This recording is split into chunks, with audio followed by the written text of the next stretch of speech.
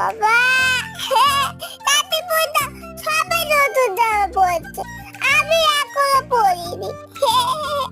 কি মজা, কি মজা, আজকে কত কিছু খাবো। আজকে তো আমাদের বাড়িতে অনেক কিছু আনা হচ্ছে। হ্যাঁ, বাবু বাচ্চা তো ওর জন্য, ওর জন্য। ভালো লাগবে।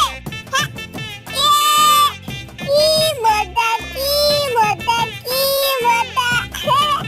সবার কাছে নতুন বছরের শুভেচ্ছা।